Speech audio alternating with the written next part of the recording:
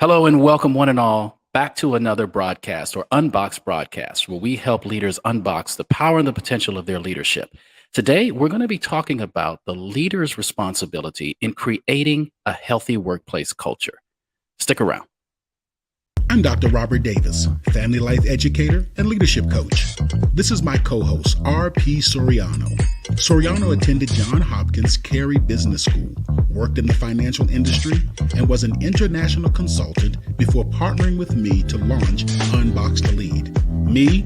Well, I worked for over 20 years as a senior pastor and a community organizer. Then I retired and started a leaders peer support community called UnBoxed to Lead. Soriano and I have been friends since the early 90s, and with our varied experiences and expertise, we help leaders reach the next level in their leadership. So join us for the next few moments as we unbox the power and the potential of your relationships, your leadership, and your life.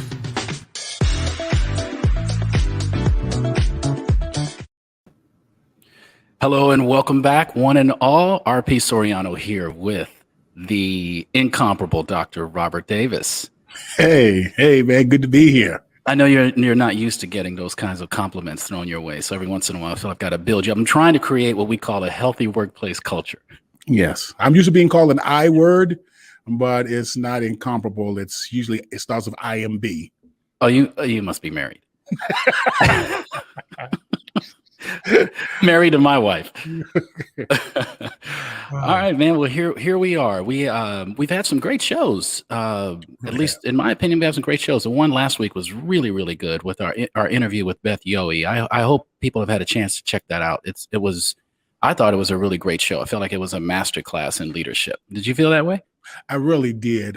She really gets what we're going to be talking about today. And some of the points that she brought out, we're going to be highlighting today on how we create a healthy workplace culture and the leader's responsibility. What are they responsible for in making that happen? So I'm excited about today's subject.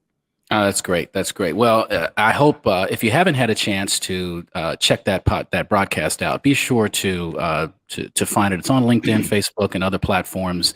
But also be sure to like, subscribe, and share what you experience here today. It really helps with the show and gives us a good sense of the content that we should be providing you.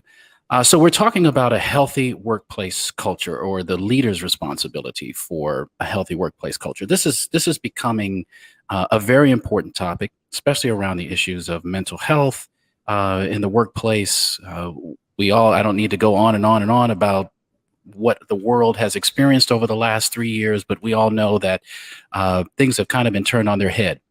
However, this issue of a healthy workplace environment, addressing mental, it's not a new phenomenon. It's not anything new. This has been an issue for years in the workplace. And we often hear, Robert, about creating healthy workplaces. And I think we all grasp and understand that this is important, but a lot of times we're left with okay, what do I do now? I mean, how do I go about doing that? What is my responsibility as a leader? I hear you talking about that we need a healthy workplace, but what's the magic sauce? What's the formula? How do I go about doing that? Yeah. And, one of the things that you said is that we've always known this, but especially in this particular time in our history where people are just not accepting as much as it relates to how workplaces function and operate. For instance, just the way that, that women are treated.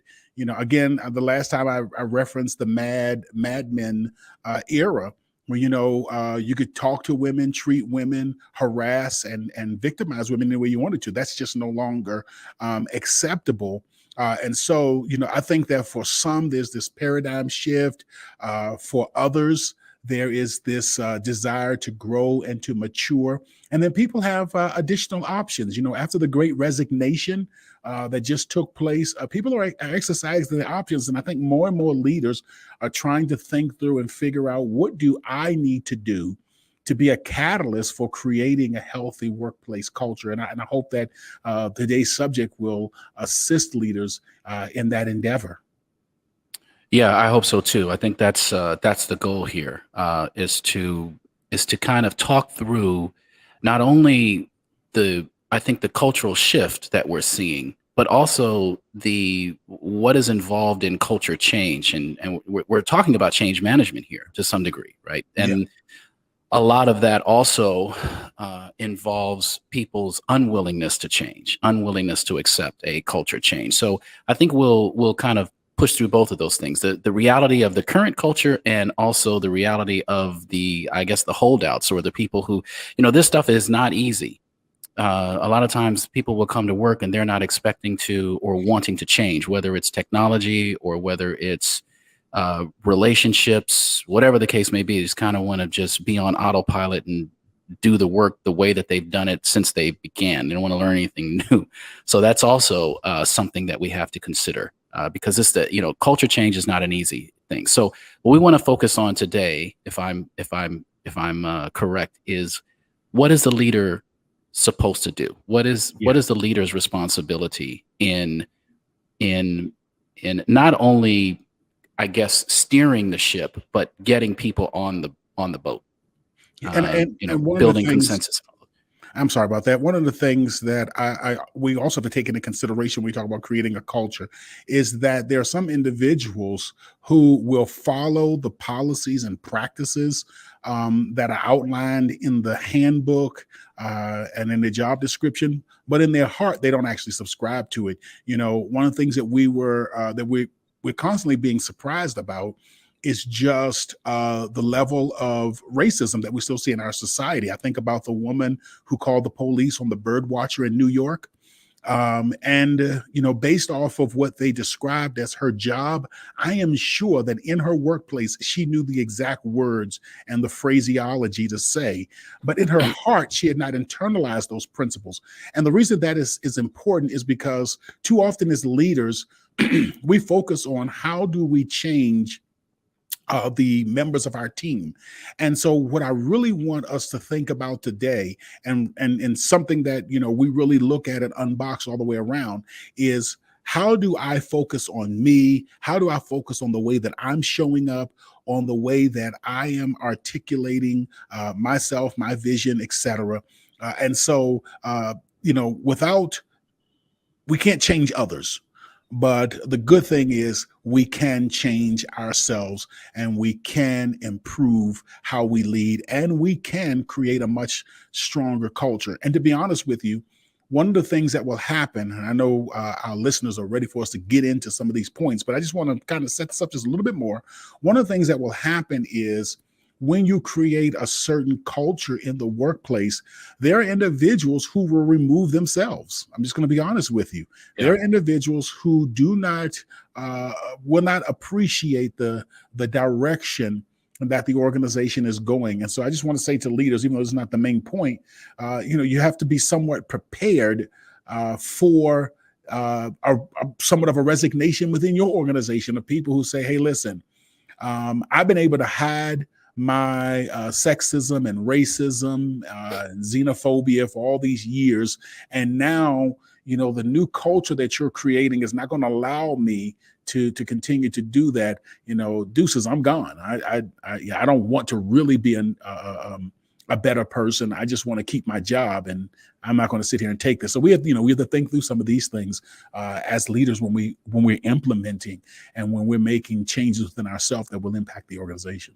Can I just add on to that? And I'm really going to try to add on and not just repeat. I want to bring some value to that. But leaders, we do, right? That's why we lead. It's here's the initiative, here's the goal, let's go. And these unintended consequences, which is kind of what you're describing, are the things that we need to be mindful of. And I'm glad that you brought that up about how some people will just remove themselves. They'll either remove themselves or they'll become more toxic as well. And just to, not to go any further on this, but that is what you have to kind of be prepared for. I don't think you anticipate it in a way to where you automatically pick out who is going to be your problem or who you think is going to leave. But I think you go into it knowing that, yes, I'm excited about this culture change. I'm excited about trying to create, as a leader, about trying to create a healthy workplace. It's great for the environment. It's great, the work environment. It's great for my department. It's great for everyone. but everyone's not going to immediately embrace it. And sometimes that has to do with not understanding, not being clear of what their role is, not being clear on what you're actually trying to do. Yeah. Sometimes it is that people are very clear on what you're trying to do, and like you said, they just don't want any part of it. So, Yeah. there's a lot of walking before you even get to the base of the mountain. Yeah. So that's something to consider. So I'm glad you brought that up, because I think, again, we get the playbook, we run the play, and then we're confused. Why did my quarterback get sacked? Yeah. And it's because there's a defense out there playing against you. It isn't just you running the plays. It works great in practice. Everything does. Yeah. Right. Game time is a whole different thing. And you hit the nail right on the head. But a lot of leaders, unfortunately, are fearful of losing strong team members and competent team members, and so they're willing to be flexible with their principles, to put it mildly. And so, one of the things that, as you become more clear about the direction that you want to go as a leader, and clearer about about how you want the organization, the atmosphere and environment, and culture is the word we love to use, but it's the atmosphere, the environment that takes place in your workplace. Sometimes people are not going to want to be a part of that. And I hope that leaders, especially as we get into some points about less anxiety, I hope that leaders can be calmer and more accepting of allowing team members to go where they believe that they are, where they can be most effective and can be their best selves. All right, let's dive into just a couple of strong points here before we get into these seven points. Can you discuss a little bit about what you mean by? I know you one of the things that's important to you is helping leaders develop the skill of best thinking. Can you talk just briefly about that? Why is that important to the culture change piece? Yeah. So before I jump into that, let me just set this up a little bit. When we talk about what is the responsibility of the leader to creating a healthy workplace culture, one of the things I think about is kind of like the analogy of a pizza, because I love to eat. I guess that's pretty obvious. And It's not obvious. we know what a great pizza tastes like. One of the challenges is we don't necessarily know what ingredients go into a great pizza and actually how to make a great pizza. I used to work for a place in Washington, D.C., where it was a phenomenal Italian pizzeria, and all of the ingredients were freshly made. And I learned how to make deep dish from scratch and hand toss. I used to do the whole twirling the pizza in the air. I used to have that skill. I need to start working back on it again. But then I got to understand what actually goes into making a great crust, what actually goes into making a great sauce and a great pizza. And so one of the things that we need to understand is what actually goes into, what does a leader have to actually do to create a healthy culture? And as you just mentioned, the first thing, and we're gonna actually put all seven up on the screen. The very first one is that a leader has to be intentional. And I thank you for saying this. A leader has to be intentional to engage in best thinking. And when I say that, what we mean is there's actually a skill set, Raphael, that thinkers have. They're actually practices that they do to get their minds in a place where they can think. And I'm going to throw out one of my favorite resources, and this book will lead you to other books, and way leads on to way, and that is Thinking for a Change. I believe it's by John C. Maxwell. It is just an unbelievable book that talks about the discipline of thinking, the actual science and the discipline of thinking, and the various aspects of thinking, and how a leader gets to a place where they actually become deeper, stronger, more intentional thinkers.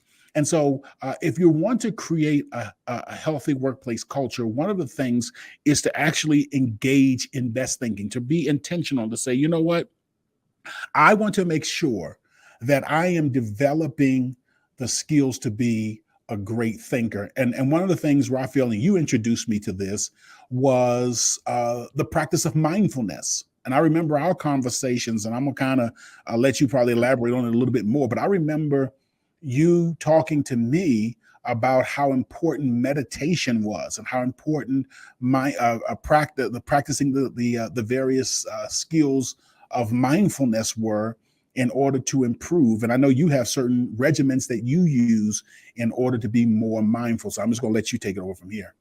Well, yeah, thank you. Mindfulness practice is a complete practice. So there's time on the mat, right? Where the reason why you're on the mat is because, or the meditation cushion, or the chair, or wherever you are, is because you're trying to give yourself as a distraction-free environment as much as possible. Outward, it's distraction, because inwardly, if you've ever had a chance to spend some time with your own mind, in meditation practice, we call it monkey mind. And if you've ever experienced very active and excited monkeys, you'll realize that I mean, they're just all over the place. And a lot of times that's how our mind and our thinking and our conversations are. But the time on the mat gives you a chance to observe and to be aware of that. And the reason why you need to be aware of that is because when you're in your dynamic situation, when you're in the workplace, when you're working with your team, that monkey mind is running around in the background.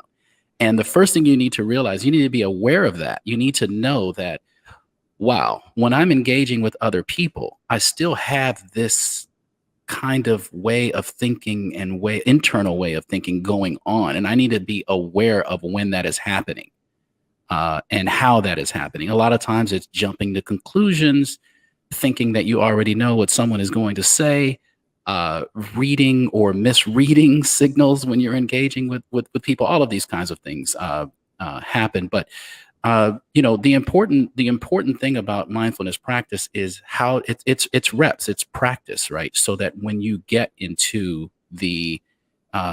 your engaging with people and relationships, and you're trying to change culture, you're aware of the way that you think, and you are remembering that. There's another the last point that I want to make on that. We talked earlier about intention, about what your intentions are, and you referenced the young lady who called the police on the African American guy in the park who was just bird watching. Yeah. You made the analogy that you're sure that at work she was following the policies and procedures as they were written, but in her mind she had no intention of probably doing that. I don't want to jump to two conclusions. Maybe she just had a bad day, because that can happen as well. But that was a really bad day. That was a really bad day. So, but conventionally speaking, I think we're speaking to the point here. We're talking about culture change. You have to be aware of what your intentions are. You have to be aware, because you cannot hide that forever. It eventually will come out. But the more you're aware of what your intentions are, and being able to face that. If we're saying, hey, we're going to create a healthy workplace culture, and we're going to create a culture that is free of racism, free of bigotry, free of sexism, and you in your mind don't want that, you don't see the value in that, you need to be able to be honest with yourself. Mindfulness practice helps you to do that. It helps you to say, okay, I don't want that change. Let me explore that more. Let me not judge it. Let me not judge it, and let me not excuse it. Let me get to the bottom of this. And that's typically what the mindfulness practice, and a lot of when we talk about mindfulness at UnBoxed to Lead, that's the approach that we take. And there are so many resources. You turned me on to one phenomenal book, and I'm not going to do a bunch of promoting of books here. We should put those links up, though, to those books so that people can still be able to access them. We'll try to do that once we I think that's a great idea. There's some great audio books that have two parts to it. One, teaching and explaining what mindfulness is, and then the other part is actually guided mindfulness exercises, which are just phenomenal. And we'll drop some of those in the links so that you can have access to them. And one of the reasons why I want to just throw this in there before we move on. One of the reasons why thinking is so important is because when you really analyze it, a large portion, if not the majority of what a leader does, is problem solve. That's what the majority of what a leader does. They problem solve organizational / productivity problems. And the second thing that they do is they problem solve interpersonal relationship problems, which often contribute to productivity problems, etc. But Right. they're constantly analyzing what's wrong, what can be done better, how can we make improvements, how can we grow, how can we be more effective. And in order to really answer those questions, you have to kind of identify what are some of the barriers to effectiveness, to productivity, to growth, etc. And then to really think through as a leader, how do I actually bring about change, or bring about improvement. And so that's why thinking skills are so important. And I cannot overemphasize this. Well, the first one up there is just how important it is for leaders to practice good thinking individually. And to give those, and I think that's one of your points here, is to give those tools, or to help your team to have those tools as well. You talk about dealing with interpersonal challenges. So if you have two people on your team and they are not working well together, you can have a conversation with them. And that's usually what we end up doing, right? We have a conversation, or we put it back on them to solve it and figure it out. And a lot of times we hope that that's the end of it, but it just continues. Most times it just continues to spiral into dysfunction, and all the things that you've talked about in the past, the cutting off, we see this all the time. People cut off, people become, there's another word I'm looking for here, but they basically become passive aggressive, all of these behaviors, and they affect productivity. But giving an opportunity, or helping your team get access to this, to those skills of being able to think, to practice best thinking, is also extremely important. We can't just tell them, figure it out, work on it, and walk away and think that it's going to magically, solve itself. And that is actually point number 2. Create space for best thinking among your team. Create space, or develop the skill of being a great thinker for your team. Help your team to develop that skill. Create space for best thinking among your team. Too often we promote groupthink without even realizing it. And one of the things, when I pastored, was kind of the frustration, is that, we would have board and business meetings. The church that I pastored was really a democratic type of church. And so all decisions had to go through boards and committees and all of that stuff. You can imagine how that looks. And so oftentimes what would happen, and this is why it's so important for your team to develop the skills of being great thinkers, or for you to help your team to develop the skill of being a great thinker, is because what would happen is they would come to these meetings, and then they would try to solve problems without having even thought about the problem. So then you just have whoever is the most influential, whoever has the largest personality, whoever is, and unfortunately, whoever is the most immature, and by immature is the one who is willing to do whatever it takes to win, then that's the direction that the organization would go. And this is how it operates in many organizations that function kind of in a democratic way. But that happens because the leader does not do two things: does not train his team on how to think, and then does not challenge them to think. So one of the things that I encourage leaders to do is, rather than in meetings throwing out a problem and then having a conversation about it, because again, a lot of times personality and relationships will dominate that. What I suggest is, either in the meeting or individually, to throw out the problem and ask the individual or individuals to think about it. Let's not even discuss it right now. I really want you to think about it. And then over time, so let's say, for instance, and I'm going to talk to my pastors or whatever, or executive directors and board leaders of nonprofits. All right, here is the challenge that we're having, and I want to hear your best thinking around it. And we're going to come back at our next meeting, and we're going to really think through how this thing functions. And then as a leader, I'm in contact with them. So again, I'm doing training, helping to train them to develop this skill, but then I'm in contact with them. I'm interested in hearing, what is your thinking so far? And I'm not listening to them for the purpose of trying to persuade their thinking. So even when they ask me, well, Dr. Davis, what are your thoughts around this? I simply say things such as, actually, I'm calling because I really wanted to hear your thoughts. It's more important to me in this conversation to hear what your thinking is because I really want to learn and to understand the issue a lot better. I think And that's sorry, go ahead. go, no, please.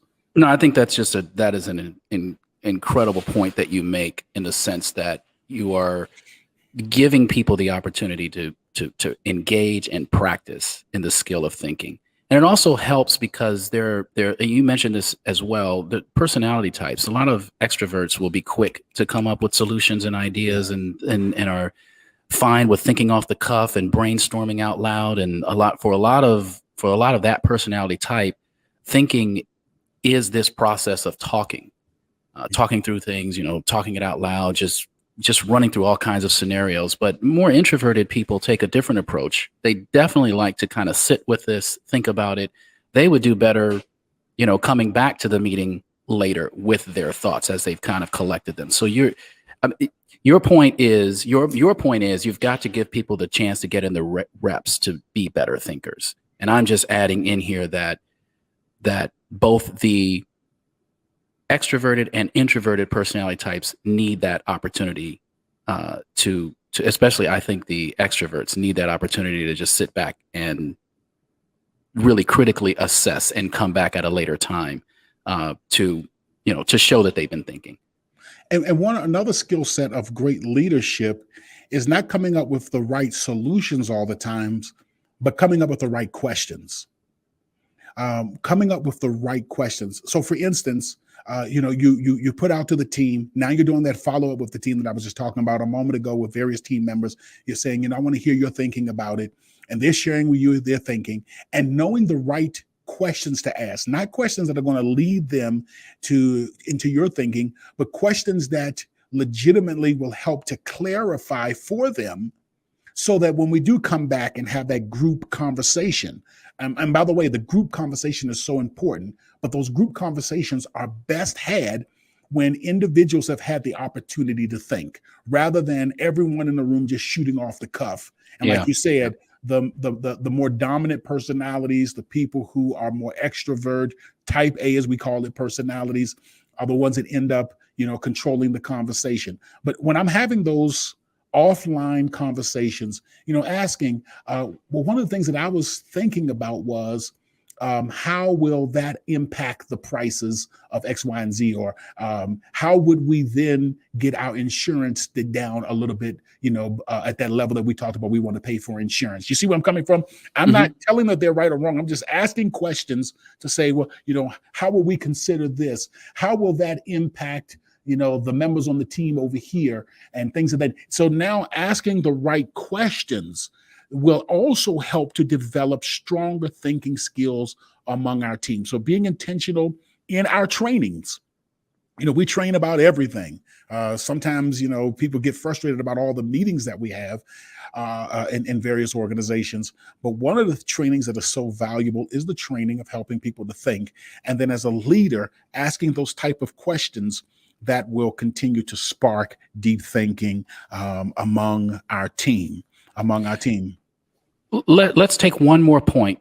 And I didn't mention it earlier in the beginning of the show. This is going to be a 2-part series. So I want to take one last point before we wrap up this show and pick it up in the next show. But kind of moving into that, how does that play into our competence as a leader? Does this demonstrate our competence when we're able to start doing? Can you talk about the importance of that?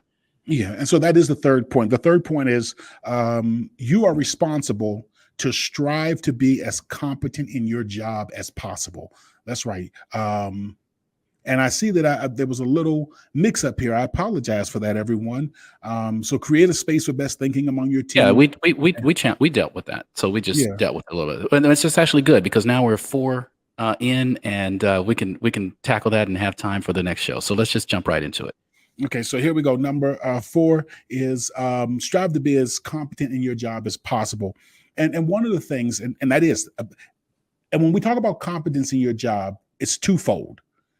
Competent in how you show up in relationships. And that goes back to some of the things we're talking about, the thinking, training others how to think. I remember last week, Beth Yohe made a very important point that just really resonated with me, which is to model the type of relationships that we want other team members to have with each other. So being clear and intentional about how we want to have relationships with others and being competent in that. Having competency in dealing with extroverts, introverts, those who are contrary and antagonistic. How do I manage myself in those relationships? Having that competency, and then of course, and this just goes without saying, actually know what your job is, how to do it, and to do it well. Things such as showing up on time for meetings, following up. I remember just this. I had an experience some time ago where an email was sent to one of our children's school personnel. I make it very vague, school personnel, and they just never responded.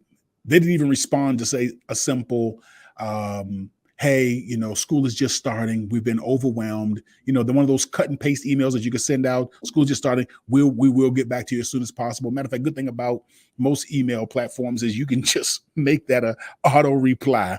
But the little things like that, replying to emails, replying to telephone calls, not just the calls of the people who you want to speak with, but all the folk. And then again, whatever your job is, if you're an accountant, be effective and be competent at being an accountant. If part of your job is engaging with the community, then actually, get to know the leaders in the community, actually make those calls, engage with them. I don't want to be insulting here, but being actually competent and proficient at what your job is as a leader.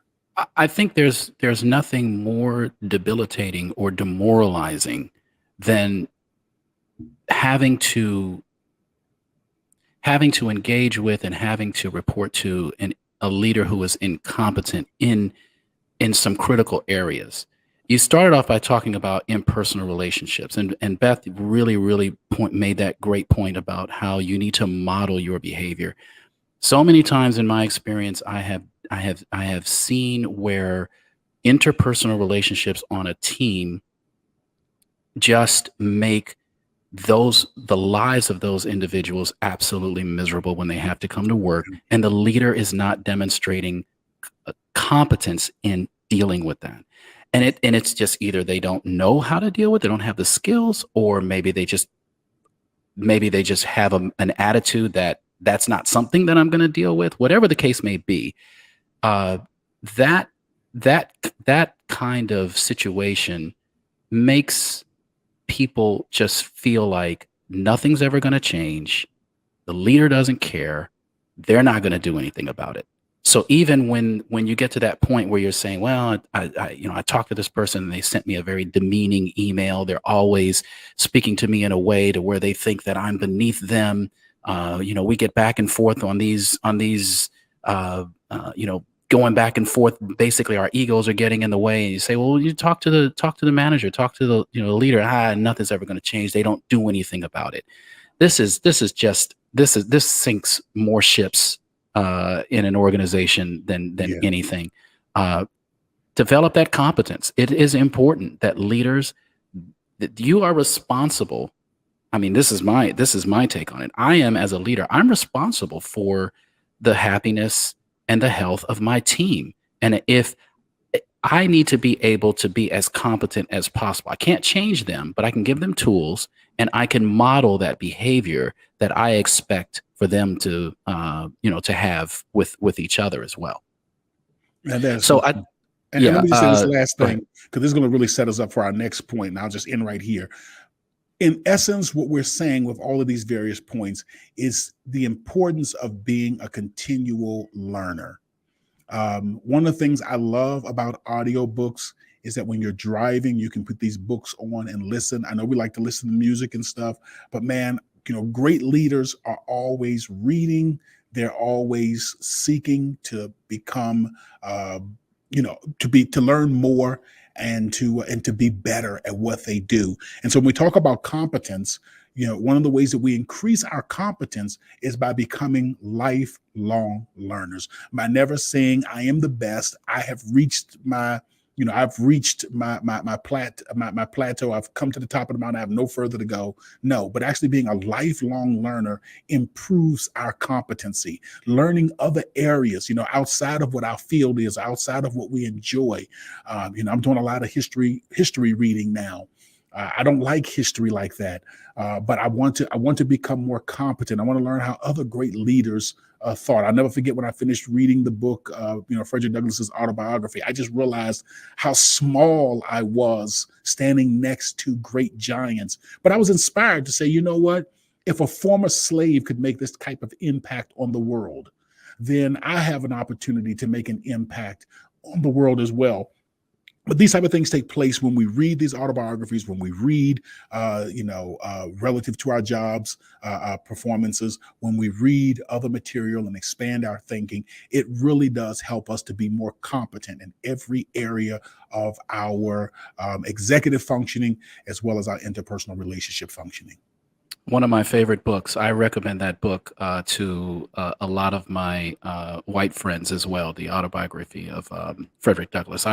Because it's so short, it's a great book, and I've recommended that to a couple of people. I recommended that to a friend of mine who was a Civil War buff, and that was his. I mean, he just loves all he read was Civil War stuff. I said, you got to check this book out. He said it completely changed his perspective on the Civil War, completely changed everything. And it just reshaped his understanding of basically the historical narrative around that. But we'll leave it there. But you say that book and it just jumped out at me. So at any rate, we're at step number 4 on these 7 things that a leader has to do to affect cultural change in a healthier workplace. We're going to pick it up in our next show.